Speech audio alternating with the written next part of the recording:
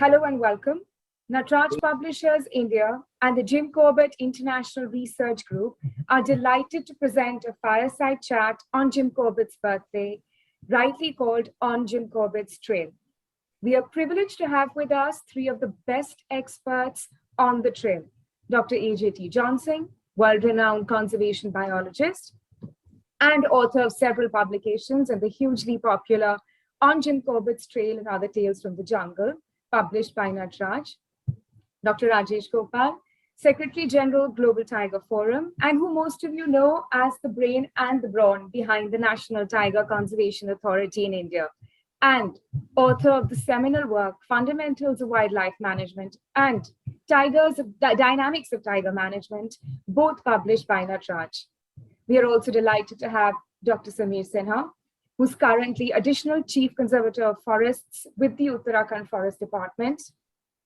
And of course, he's also the author of Handbook of Wildlife Law Enforcement in India, the only book of its kind, again published by Natraj. I know a lot of the members know him because he has fought tooth and nail against illegal wildlife trade. So I'm looking forward to the interaction later.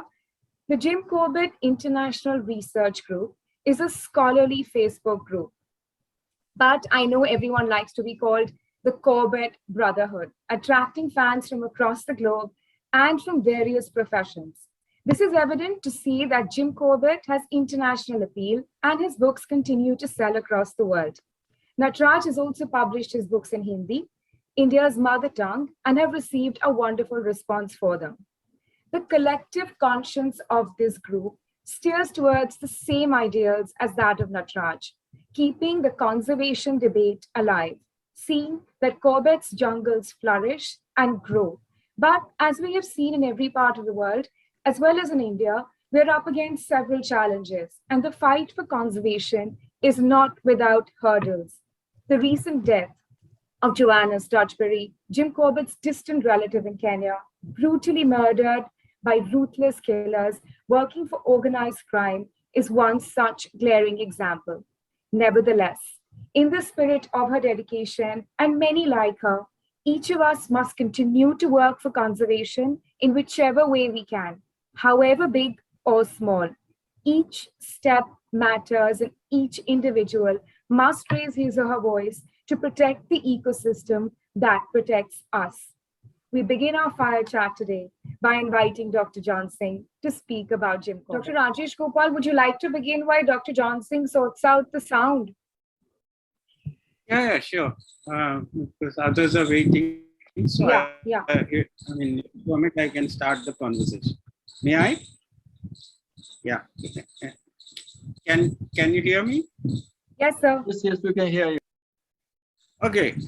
Let me first compliment and the organizers, especially Natraj Publishers and Ms. Divya ji and all others for organizing this conversation. We would have loved to have this somewhere in Corbett, but due to all kinds of issues, we are virtually having this. So nevertheless, it's a very good chance to interact and remember Corbett and share some of our concerns and discuss something, articulate on some issues relating to tiger conservation. So the Corbett landscape, we are aware, is fabled, well-known, chronicled. Lot many things have been recorded, and Corbett himself has written so much, and people are very much familiar with his omnibus.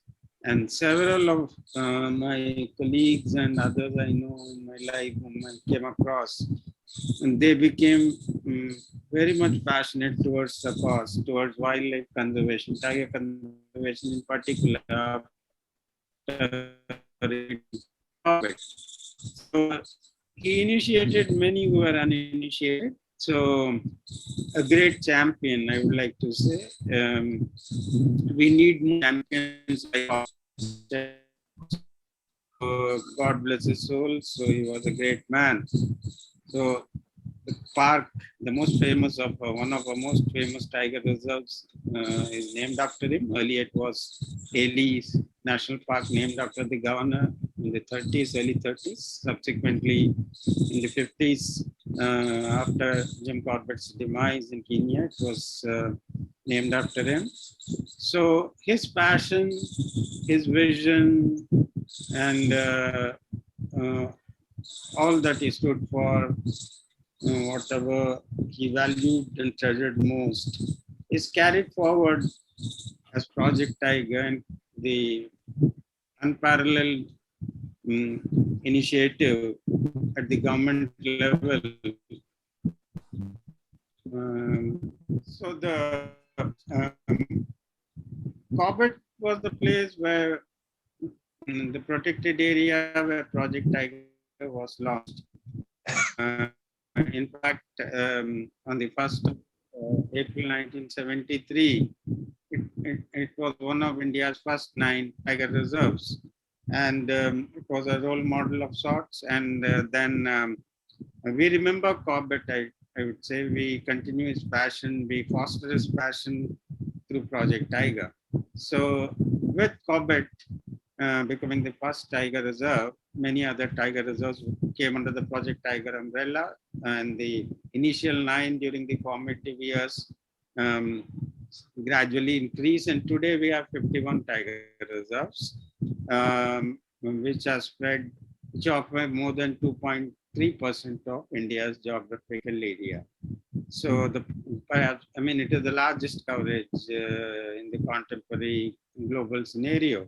So today, India alone has the maximum number of wild tigers and their source areas when you compare the 13 tiger range countries. Of course, in South Asia, situation is optimal. I would say India, of course, has the maximum number, more than 70% of wild tigers, but the situation in Southeast Asia is a cause for concern. Wild tigers have become extinct in Laos, PDR, Cambodia, Vietnam. So we have hope in countries like Indonesia and Thailand. Myanmar, of course, we visited, where the situation is not very good. We could see some pug marks, and especially south of Myanmar, where it makes borders with Thailand, tigers do come, move. There are movements which have been recorded. But the situation globally leaves a lot to be desired, and the status of tiger continues to be in danger. That is the broad thing. And under the Global Tiger Forum, we have the commitment of tiger range countries to do their best for under the Global Tiger Recovery Program for doubling the tiger numbers. As an intergovernmental platform, we monitor that, and in the coming months, we are going to have the ministerial in Malaysia. This time it will be hosted by Malaysia. And of course, end of next year, if all goes well, we'll have the summit, the T-into-2 summit. Now, coming to one more aspect, the practices, the initiatives taken by India in particular are second to none. I mean, you do not have this kind of an example anywhere in the world globally for an umbrella species like the tiger. Well, it's an ecological umbrella. By investing in that, by conserving tiger, the agenda which India has shaped in the context of tiger is also very important and suited to the present day needs. It's totally on tiger, generating a reproductive surplus and limiting interventions to the level that we do not create a condition where tiger population shoot up, go beyond the inherent carrying capacity of the habitat. So, lot many things have happened on the tiger front, and so many milestone initiatives have been taken by India. There are countries, tiger range countries, and they are in touch with us, and they want to learn from the practices generated and codified in India. Very soon in the coming month, India is supporting a virtual week-long interaction with senior officials of Tiger Range countries for sharing our practices. The Global Tiger Forum is facilitating this to happen. And uh, apart from these practices, coming to the challenges, the most important challenge we have before us is to continue with conservation as well as with development. One is not a drag on the other. That has been said by several people. But then there are issues, and we need to fine tune, synchronize the dynamics of our management of our wild species. For this to happen, we need to look beyond the tiger reserve. So we have the source area in the form of a tiger reserve and surrounded by a multiple use area, the core, and then as per the 2006 amendment, we are mandated to look beyond that as well, the corridors. Now, all the corridors and other things, other entities, parcels of land which have forests, whether it's a reserve forest or a protected forest, now they are not protected areas and they are right burdened. And some are revenue areas where different owners, different stakeholders operate. So unifying the actions of various interest groups, stakeholders, and factoring in the concerns of the wild tiger in practices in agenda or in scheme of things where tiger is not the goal is very important. And this calls for a master plan approach over a parcel of land which is big, much bigger than that of the tiger reserve as a landscape approach, because our landscapes are transforming rapidly. Not only ours, globally it's transforming. So it won't be a static thing. You on one hand, the landscapes are subjected to environmental stochastic factors over which we have no control. But more than that, the anthropogenic causes are throttling many of the dynamics. So what you have in turn are large chunks of unsustainable land uses on account of anthropogenic actions, somewhere mining, somewhere infrastructure, somewhere something. These needs to be how they contribute for towards the sustenance of our life systems. For example, we are a tiger-bearing forest, lot of carbon. You have adaptations towards climate change, and also so many ecosystem services. The unfortunate thing over the years globally, what has happened is the natural assets, especially the forest, the green growth, is treated as a commodity. It's no longer, it should not be treated as a commodity which can be traded. It's an asset. Our life support system depends on the intactness of. We need it. We need them. The tiger is an indicator of the well-being of these forests, and we need a sustainable population of tigers. And if that happens, we can rest assured our ecosystem services won't be in peril, and we won't have the ill effects of climate change. And above all, we are now confining to these virtual interactions and conversations because of the pandemic. We can have a buffering from the pandemics because of the zoonotic cycles that would be guarded and won't be distorted. If you have good forests, the natural prey-predator balances would operate. Different taxa are there which dictate the pastoral event, the sylvatic event, the zoonotic cycles in a forest, and for them. Then I just repeat the last couple of things which I said. You need a good viable tiger population, and for that to happen, your approach has to be at a larger scale, this scale would be much, much bigger than the source area of a tiger. For example, if it is Corbett landscape, the entire landscape, including portions of foothills of Nainital and Ramnagar, everything would come under the Corbett landscape. The dynamics of that landscape is important because if you safeguard the dynamics of that landscape, by safeguarding the dynamics, I mean by ensuring that the ecosystem services emanating from those forests are kept intact or safeguarded or made sustainable through good actions and avoiding overexploitation. And also by doing that, we will safeguard the society from the ill effects of climate change as well, because the carbon which gets locked up in these forests, tiger bearing forests, they are great adaptations. And finally, the zoonotic cycles are not disrupted. The zoonotic cycles are very important for safeguarding us, safeguarding the society from the spread of pandemics like what we have now. Now, such distortions won't happen. So a lot of gains are there. These are need. A tiger is something as a collective responsibility. It has to become a citizen science in the sense we need to look beyond the tiger reserves. If we want to save Corbett, we need to focus on the Corbett landscape. By landscape,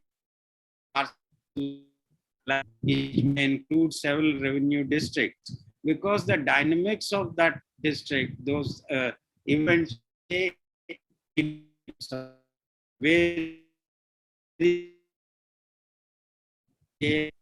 various actions of people who own those lands, they are not sustainable ecologically. So we need to factor in the concerns of tiger in portfolios where tiger is not the goal. This is easier said than done. And this approach is what we call as the landscape approach. If we resort to this approach, and we need to resort to this approach for safeguarding the society from loss of ecosystem services which emanate from tiger bearing forests, from saving the society on account of bad effects of climate change, because tiger bearing forests lock up lot of new carbon. And then last but not the least, you are saving the zoonotic cycles from disruption. If they get disrupted, so many pandemics come into play and the landscape epidemiology comes to the forefront. So tiger means a lot in the present context. We need a sustainable population of tiger more than ever. So thank you so much, Divyaji, for giving me this chance. Thank you. Thank you, sir. Thank you. It's been a challenge with technology and time, but sir, you are, as always, just brilliantly summed it up for all of us who all gathered from different parts of the world just to hear you. Thank you, sir. Thank you. Thank you. Sorry for the little bit of technological problems we are having, but I will go on to. No thank issue. You, sir. Thank you. I'd like to ask Dr. John Singh, sir, is your speaker correct? Maybe we could ask you to begin. I am ready. Thanks to Dr. Rajesh Gopal for giving me a very panoramic idea about the tiger conservation in the country. And as he rightly said, we should not be happy with saving only Corbett tiger reserve, but the entire landscape need protection actually. Okay. I come from the southern end of India, and I got fascinated by Jim Corbett by reading a Tamil version of Man-Eaters of Kumaon in one of the libraries. And me and my brother actually found it in one corner. And we found it, and every weekend, when we go there, we used to read it, and thereby me and my next brother developed a great interest in Corbett. And this excited our entire family, because our entire family used to go for some camping in the forest. And because we read about this man-eating leopards and man-eating tigers, the place where we used to go is what you call as a part of the Kalakad Mundadurai Tiger Reserve. And in that area, there is no report of man-eating tiger or leopard. But we thought there are tigers, there are leopards looking for people. So when we were camping in the forest, we were really afraid actually, around the campfire, when you are sitting and talking, we'll be talking very, very, softly. Okay. Now, after I went to college, St. Xavier's College, Palangote, nearby big town, I could get all the English version of the book and I read through all of them actually. And then I started imagining about Ural, Mashir, and all the animals in which Corbett describes. And I was keen to see the landscape actually. Fortunately, I joined the Wildlife Institute of India in 1985, and I worked there for 20 years. Then with my colleagues like Rawat and Mr. Negi, a forest officer who is no more, unfortunately, and Dhananjay Mohan, who is the present director of Wildlife Institute of India, Ravikaran Goverkar, who is the field director of the Pench Tiger Reserve in Maharashtra, and Rajesh, our Vash Panda, who is the director of, Bombay Natural Institute now. I used to go to these different areas and I had a great understanding of the place actually. And as a result, I could compile all my articles in different places. And one book which has come out is published by Divya Naraj Publishes on Jim Corbett's Trail and other tales from the jungle actually. Okay. Even after I retired from Wildlife Institute of India 2005, I have been fortunate enough to go there and do some, visit the different places. I admire Jim Corbett for various reasons. One is his courage actually. As many people, will not have the courage of a man-eating tiger on foot. Because when you read the story of the Chambawat man-eater, you get several incidents where the tigers will be very, very angry, and only a person like Corbett, he was brave enough to follow the tiger and eventually he was able to shoot it actually. After shooting the Chambawat man-eater, while going with his skin to Nainital, he and his men covered 72 kilometers in 9 hours. Of course, he made off his pony also to ride on and run after it. And when the fitness of Corbett can be seen when you read about his climb to Kalladas from Chuka. It's a stiff climb of 4,000 feet. And he did it in summer, in April actually. And he says it was a very difficult climb which he has accomplished. I was fortunate to do that in the month of May with my friend, forest officer, who is no more, A.S. Negi. But fortunately, there was a hailstorm the previous day. So our climb was much more comfortable actually, okay.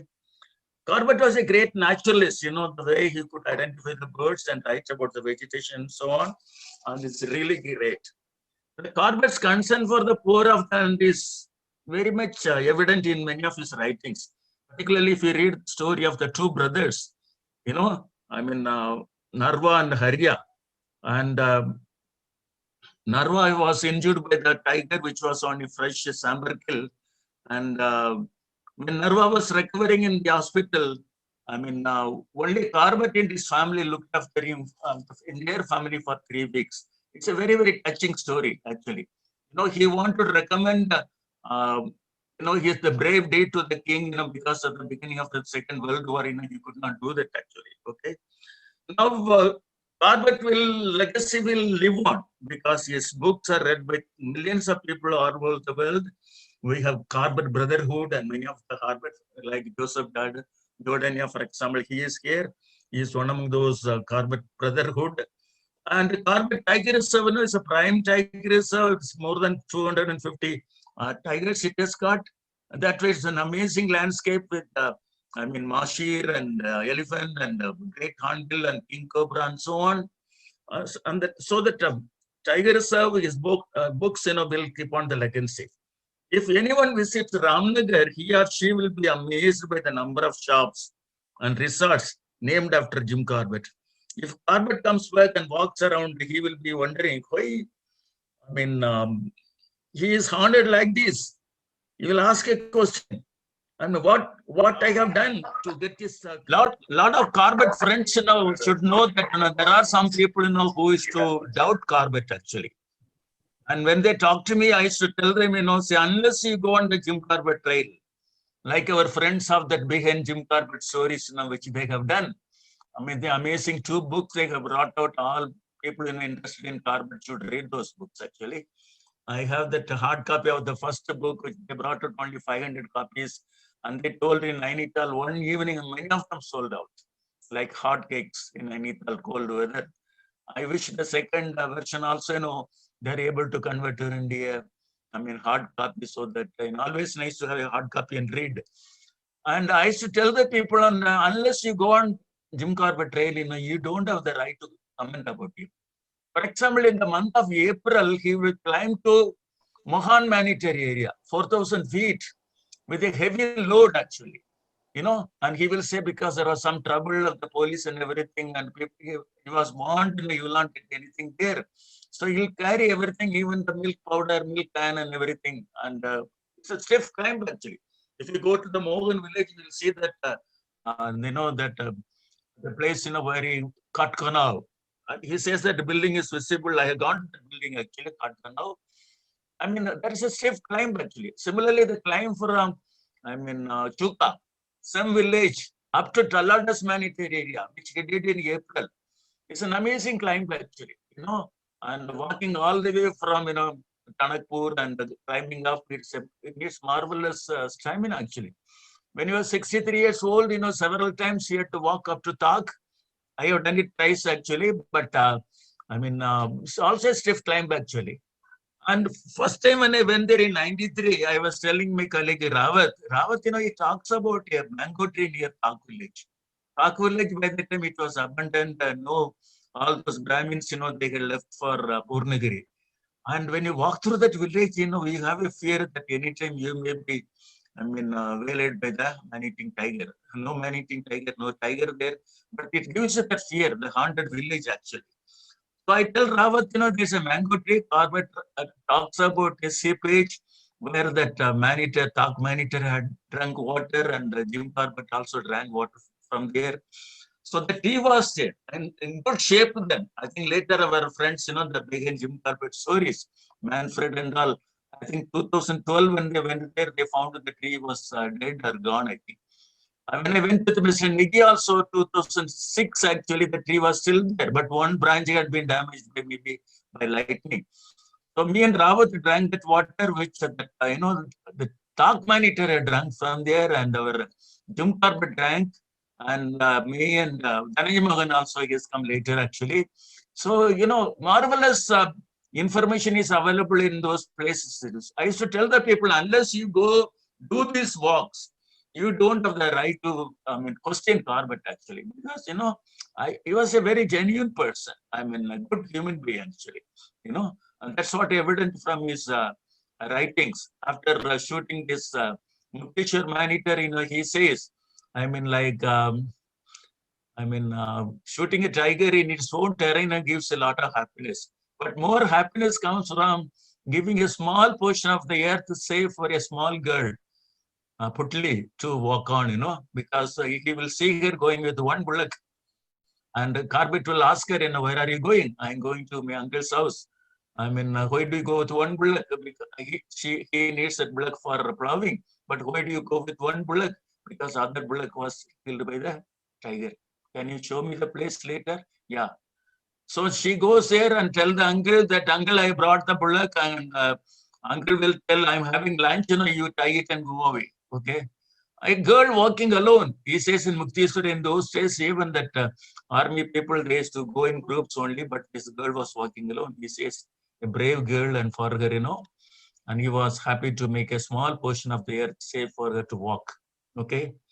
And you want to tell more stories, or others others also need time to talk about? Sir, we actually, all of us would sit for hours with you, and all of us would do anything to walk with you. So in the forest, each one of us, and I think everyone will agree with me.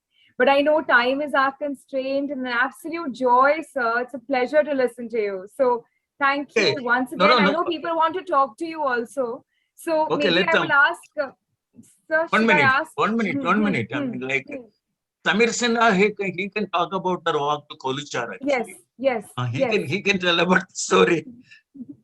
I told Samir, it is a Koluchar from Sane Forest Rest House. It's not a climb actually. We go walk along the Kolu River. Then I was going in the front, but somehow, there are a lot of buffalo tracks. I took the wrong track and we ended up climbing a hill. Samir, you can tell the story. Thank you, sir. Over to you, sir. There couldn't be a better handover for a Company with conversation. Dr. Rajesh Gopal and Dr. John Singh, who have been my mentors and who I look up to in high regard. And I'm sorry to stand in between the great storyteller that Dr. John Singh is and our audience, but I have some few stories of my own.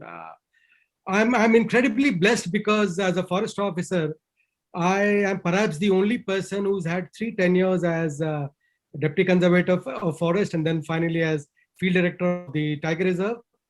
And the one thing that I have really enjoyed the most is the freedom to walk on those lands, to walk on the territory, same territory, breathe the same air that people like Jim Corbett, F.W. Champion, and others have walked upon. And that also places a great responsibility on people like me and those who have come before me and those who have followed me in that area.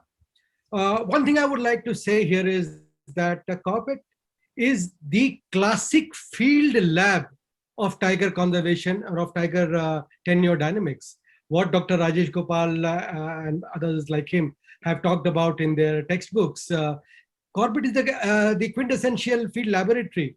And the one thing that I have always written about, spoken about is that we should not see Corbett as the national park or the tiger reserve. Corbett is about the landscape. And one of the important reasons for the success of Corbett as a tiger reserve, as a cradle for tigers, as a nursery for tigers, is the fact that except for a very small portion on its south, Corbett is surrounded by forest on all sides, which means that the connectivity, the corridors are still intact. Of course, they are under a lot of pressure, but those corridors are intact. And that is what keeps Corbett the way it is. As I mentioned earlier, that one of the things that I really enjoyed as somebody serving the Tiger Reserve was the freedom to walk a lot in these areas. Well, many close shaves with death, many occasions where one has to pick up dead colleagues and martyrs. And this is the hardest part of being a field director, but this is something that needs to be done. And no heavier burden than having to send out people on their patrols every day, not sure if they will all come back. And the toughest thing that one needs to do, or what I felt on my shoulders, was every evening when I would await the wireless report from all my patrols and all the patrolling stations, getting a feedback whether everybody was safely back in camp. This is something that does not get out so much in the outside world, because there's a certain element of glamour associated with wildlife and wildlife conservation. But let me tell you, these are the real heroes. These are the foot soldiers of conservation. And it is amazing. These are the people who make Corbett what it is today. You talk to them and their passion for the place, their love for this place and their bonding with the place, it is simply amazing. So I will take this opportunity to salute these foot soldiers of Corbett, who day in and day out do their work without expecting much, without expecting any recognition, without expecting any special treatment. But these are the ones who keep the flag of conservation flying. And these are the people who really, really are, in a way, kindred souls in the like of Corbett. One of the things that I would like to share here is a very memorable incident that happened a few years ago when I was the director. Rigby and Company, the very famous firearm manufacturer from the UK, got in touch with me and said that they would like to bring one of Corbett's famous rifles to India for a short visit. And this was a .275 Rigby bolt action. This rifle was presented to Jim Corbett by the Lieutenant Governor of United Provinces, Sir John Hewitt, for shooting the man-eating tigers of Champawat in 1907. So after 1907, this rifle was also used to shoot the man-eating leopard of Rudraprayag. Finally, when it came back to Corbett country and in Ramgarh, and I held it in my hands in my office, I cannot describe the sentiments that went through me. Later, at a public reception, we unveiled it to the people, and it was amazing when the way people would come and offer flowers to the rifle, fold their hands before the rifle and before a portrait of Corbett. And that is when I realized that the place of Corbett in the pantheon of heroes in this part of the world will always stand undiminished. The rifle traveled to places, other places across Uttarakhand, including to Rudraprayag, and everywhere the reception was the same. So this is how Corbett is perceived even today. And more than the hunter, more than the shikari, if you read Corbett's books, for me, what is special about Corbett- Samir, can Yes, I, that day I was in Ramnagar. Our Dilip Kattav requested me to go and meet the group. Actually, I took some of them for breakfast also to Infinity Resorts. The Chaugar tiger, when Corbett shoots a tiger, the tigress will be lying some 8 feet away, looking at him.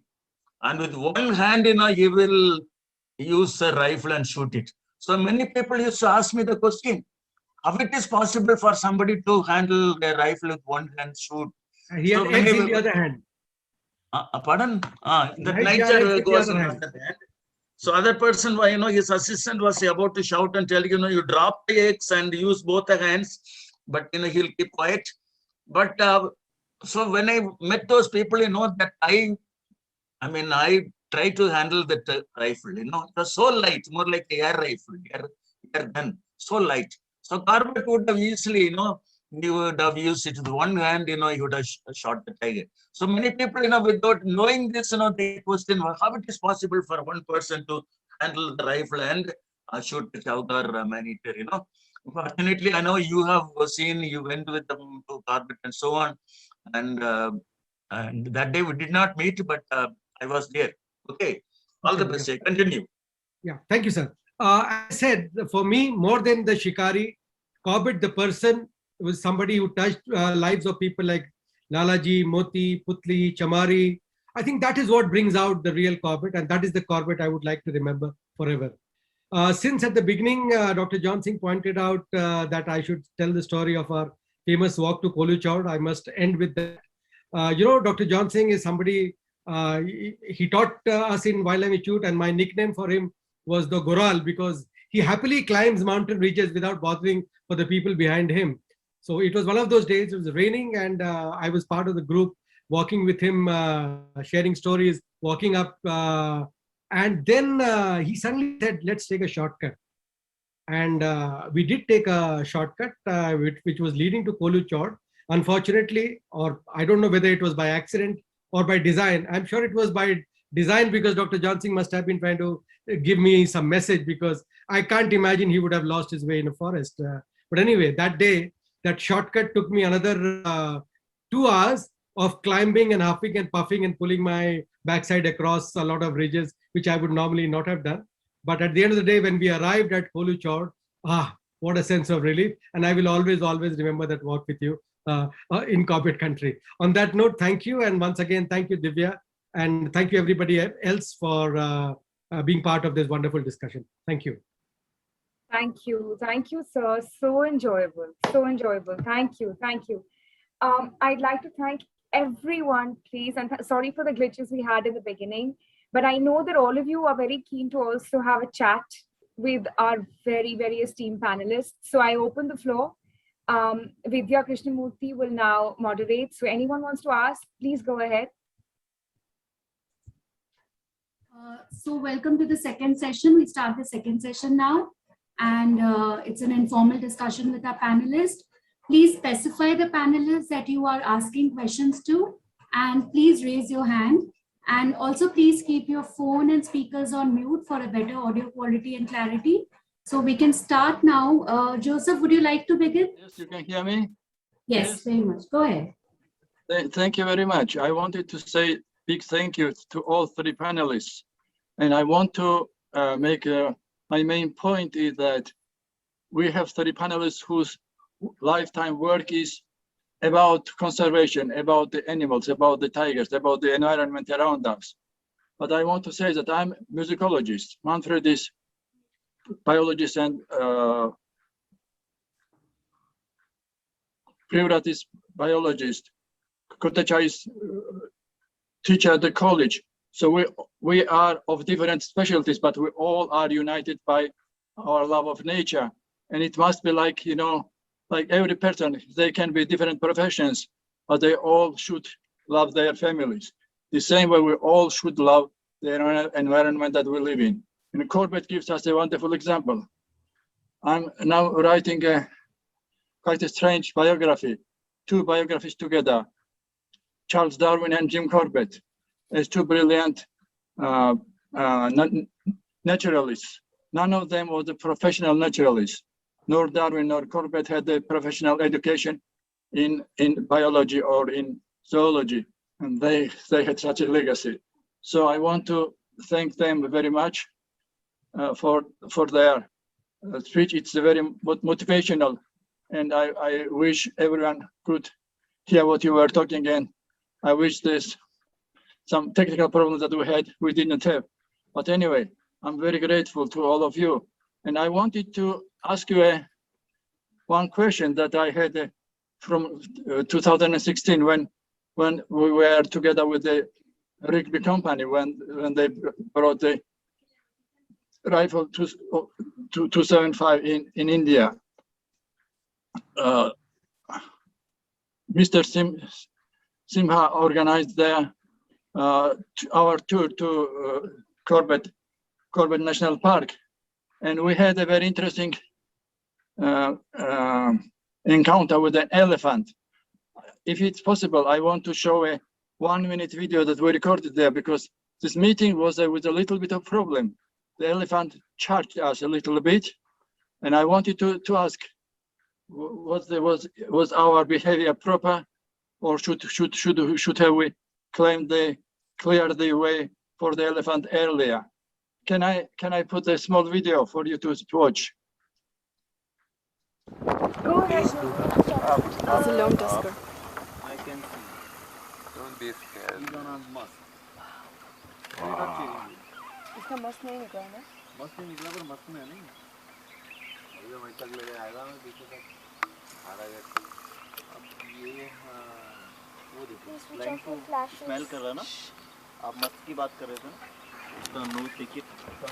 He's telling us to get out of the way, yeah? Good.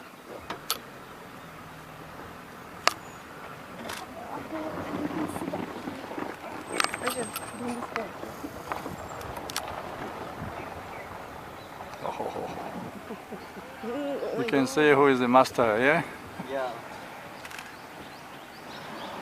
He's like joining this one.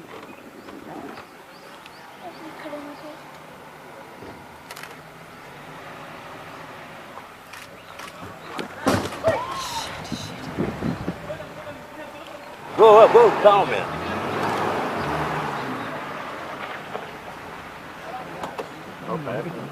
पीछे कर लो ना यार। You're just scaring us. That was Yeah. Go. You okay? yeah. I think one of the jeep hit the Now other you one. smell the musk. Yes. Yeah. I want to watch as the elephant is approaching, and as we are starting to roll back, then elephant starts to attacking us, going faster. And I think that was our problem. I don't think that elephant was attacking for real, but it was an unforgettable meeting. Okay, let me check. Maybe I can add, because I was in the same car with you. We should have maybe done earlier, but we could not, because behind our Jeep there was some kind of a traffic jam of other Jeep who didn't. Yeah, went that's back right. and couldn't That's do right, it. So, That's right. And you can hear on this video how our jeeps are colliding to each other. Of course, Thank you very Dr. much. Johnson, if you want to give your viewpoint on this, you can go ahead. I mean, they're right. If there were more cars behind, how could they have moved? They were not one, but I think more cars were behind us. That's probably it. I don't know, Dr. Johnson and Dr. Samir Sinha would know better. Yeah, you know, see, you have to, okay, sorry, please, sir. you have to give the option to the elephant actually. When you are not in a position to run away, I think leave the option to the elephant, whether it wants to move away or it wants to come and hit you. I mean, you can't do anything there, because both the side, you know, you have grasslands in Dikala, and only along the trail you can go. It's difficult to climb onto the grassland and escape. And when in that position, I will say that, was it a tusker or a female? It was a tusker. It was a big tusker. Yes, very serious guy. Very serious guy. Okay. I mean, we have to leave the option to the elephant only. Nothing else we can do. Yeah, just to add to what Dr. Johnson said, I think one of the challenges that we have here is that when visitors come to the park and see animals at close proximity, everybody tries to get as close as possible, despite the long lenses, and everybody wants to have the thrill of a close encounter. And that is where the problem begins, where people snake in behind each other, so that if there needs to for people to get away quickly, if there's a need, then you suddenly realize that your return is blocked by somebody else behind, and that can create a problem at times. Most of the times animals are better behaved. They just do a mock charge, but this can get serious, and that is something that we need to be always careful about. The problem works both ways, because sometimes the people who are accompanying the safari, they also want to give a special experience to the visitors. Most of the time, the visitors also push them, to try and take them as close to the animal to try and get a better shot or a better experience. And thanks to the best behavior of the animals, we've not had any major incidents so far. But yes, it can be a scary experience, and I can say that from experience. Thank you very much. Very good analysis. You know, in such context, silence is a must, and people also should not jump up and down in the vehicle, which can alarm the elephant. You sit quietly and telling their prayers, possibly the elephant will move away. After all, it is Lord Ganesha, actually, I have seen in Arunachal Pradesh. So aren't you supposed to stop breathing and moving, essentially? You That's can't what I stop read. breathing. I mean, yeah, I mean, just be still rather than show anxiety. No, yeah, that is true. Any animal, when you see unfortunately, our people, when they go in the open gypsy and all, they get so excited, they jump up and down. Yeah. It should not happen, actually. They should very quietly sit and watch so that animals don't get alarmed unnecessarily. Okay? Yes, sir. Yes, sir. Thank you. Thank you. But so if anyone doesn't have any more questions, should we round up? Oh, there's the video that Bruce has just uploaded the video. Thanks, Bruce. Should we all round up the session, or does anyone want to say anything One else? more question. Yeah.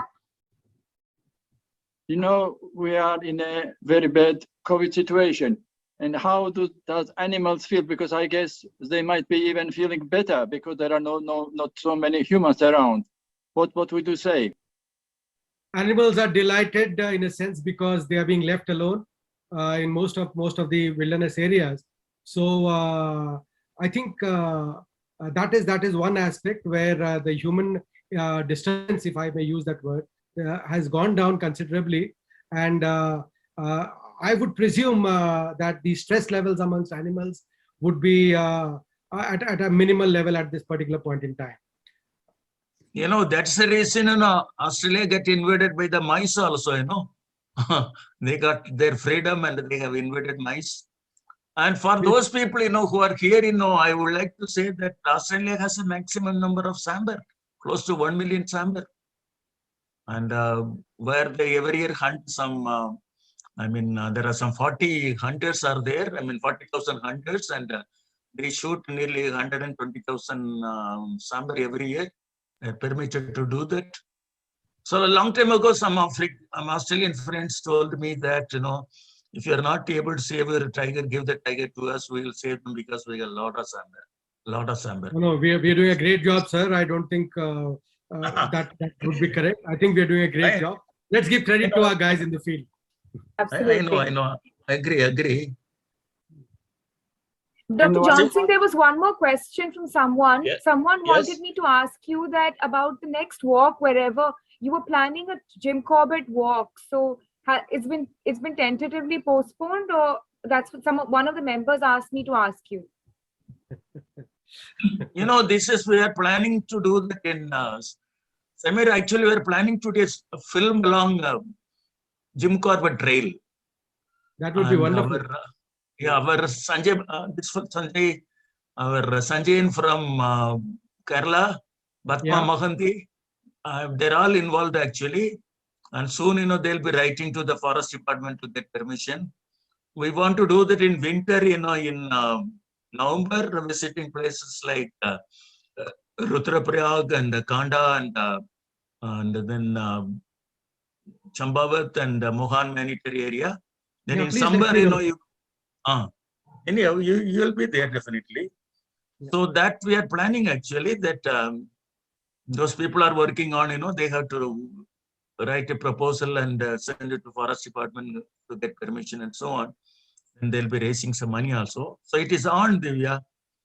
See, one thing I wanted to tell, before I conclude, unfortunately, the amount of Mashir Corbett used to talk about is not there.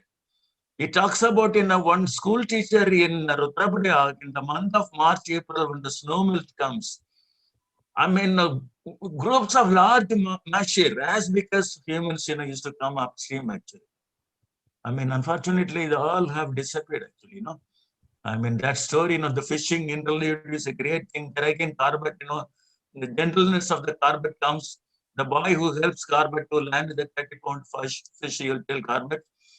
So I have you come behind, I'll carry your fishing rod and the fish and I'll go to the inspection bungalow. So people seeing me, they will think that I have caught the fish. So Corbett will say that I was also a boy once. I also used to tell my brother the same thing. So I allowed the boy to carry the 30-pound fish to our, inspection bungalow. Okay.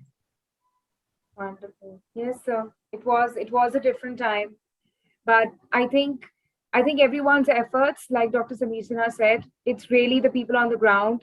May the tiger continue to grow in large numbers, and hopefully we will, like Dr. Rajesh Gopal ji said, be able to balance development and keeping our wildlife together. But on that note, for all the Corbett lovers here, thank you for joining up. Thank you for coming online to meet our panelists. This link will go up on Facebook shortly, and for all the rest of the members to see. On that note, I'd like to thank our panelists once again and the members. Thank you, and long Thank you very live much. the memory of Jim Corbett. Thank you. Thank you, Mr. Sinha. Thank you. Thank you very much. Thank you, Thank you, sir. everybody. Yeah. Thank you. Thank Thank you, you. Dr. John Singh. Yes, Thank you. Thank you. Thank you. Thank you. Thank you, Dr. Johnson. Thank you, Dr. Rajesh Thank you, Gopalji. Thank Dr. you. Rajesh Thank you Gopal. for your time, sir. Thank you. Hello, can I just say a word? Of course. Yes. I just want to thank Mr. John Singh for inviting me. I'm a newcomer, and my only credentials is that I have a property in Darjeeling where Mr. John Singh is trying to have a resurgent growth of Masin. And all of you are welcome to come and contribute and see and help us and give your suggestions. But Oh, wonderful. you can route your ideas and your itineraries through Mr. Johnson. You're all welcome. But let us know in advance because our guest house there remains full. But we are all welcome. Yeah. No, Thank actually, you. Thank you. as part of this program, we have plans to visit Nainital also. And how did Nainital Lake got the Mashir from Kosi River? They carried the young in mud pots and released and grew Mashir there actually. Okay. I think I'll get your details, address and everything, inshallah. And I would just like to say one more word. One more word. I would like to pay a tribute to Mr. Ratipuri, who actually initiated the Masjid in Glenburn. He was a college friend of mine, and he's a great naturalist. So I would just like it, little moment silence to him. Thank you. Thank you. Thank you. Thank you, sir. Thank you, everyone. Thank you for joining our group. To dedicate